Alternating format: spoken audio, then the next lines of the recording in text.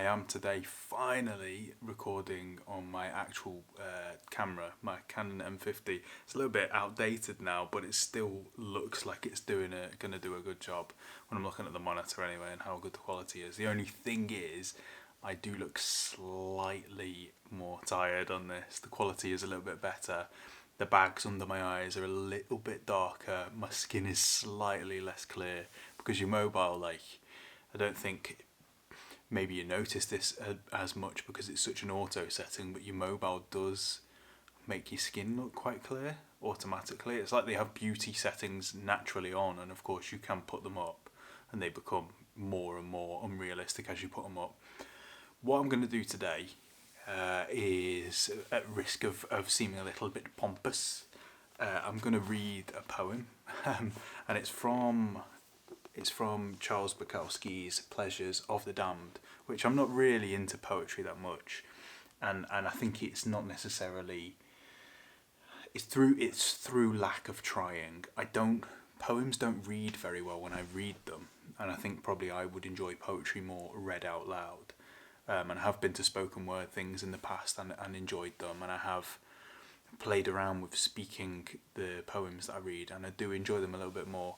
But Charles Bukowski, on the other hand, he's just not your average poem writer. So I'm going to read two poems actually, because they're the only poems that I've got the page dog-eared in this book, and I really like them. So the first one is called The Big One.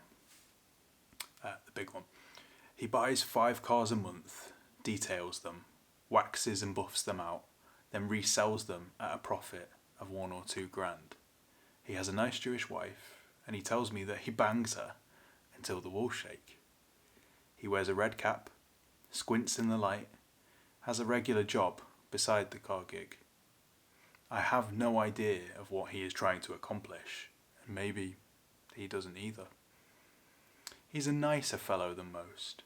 Always good to see him. We laugh, say a few bright lines, but each time, after I see him, I get the blues for him, for me, for all of us. For want of something to do, we keep slaying our small dragons as the big one awaits. I've kind of performed that, like I used to do a bit of acting, so I've kind of gotten a bit too much into that there. But it's that last line, he details this kind of very regular life. It's not a life that is inordinary. It's not a life that is particularly unhappy or anything, but it's just this idea of we create these little challenges and problems for ourselves. They are the small dragons, and we're just slaying these small dragons in replacement for the fact that we can't actually slay the big dragon, i.e. death. I mean, I shouldn't really explain a poem, but those last 2 lines. We keep slaying our small dragons as the big one waits. I said awaits when I read it then, but as the big one waits. And I want to think about this a little bit more, and I want to, I guess, dive into those last 2 lines a little bit deeper and what they mean. I mean, for want of something to do, I should include that line. For want of something to do, we keep slaying our small dragons as the big one awaits. You know what? I didn't do a sound check on this, so I hope the volume is all right. Yeah, it's such a sick poem, man. I love it. Absolutely love it. I'm a big fan of Charles Bukowski. I also read this. I've got another poetry book of his that I've read, and then there's also his kind of it's like an autobiography, but it's not an autobiography, called Ham on Rye, which is brilliant, really funny. Very troubled individual, but also very, very talented and dark guy. So then this is the other poem. It's dead small, don't worry, won't have to wait around for long.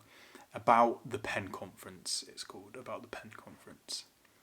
Take a writer away from his typewriter, and all you have left is the sickness which started him typing in the beginning.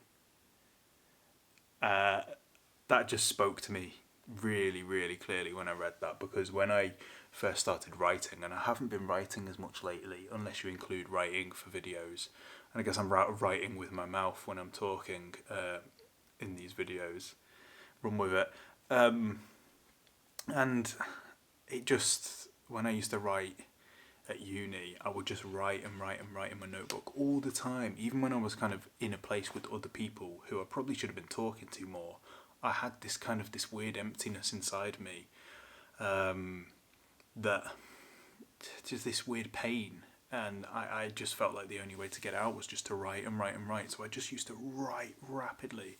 Sounds a bit like mental illness when I put it like that, but I don't know. I mean, hold on. The sickness which started him typing in the beginning. I mean, I wasn't typing on a typewriter, but the sickness which started me writing in the beginning. And in some ways, I've never really gotten back to the prolific way in which I used to write. It really served as sort of like a treatment for me when I was at university. And as well as that, it felt like it was the most creative writing that I ever did. And I think it was probably because I was at the most at odds with who I was. So I'd like to return to that. But yeah, the general gist there is that people write because they're sick, or some people write because they have problems and they want to solve them. I think I probably fall into that category. There are many aspects of life which I don't understand, and therefore when I do write, I am hoping to figure them out a little bit better, so as to absolve myself and others from pain, and entertain in some instances. But for me, a lot of it is about solving issues that are unsolved, either for me or either just in general. And leave it there for now because I've got a shit ton of stuff to do. I hope this recording has turned out well, being on the camera. I hope the sound's working. And yeah, have a nice day today, or evening, or morning. And, life ain't too bad.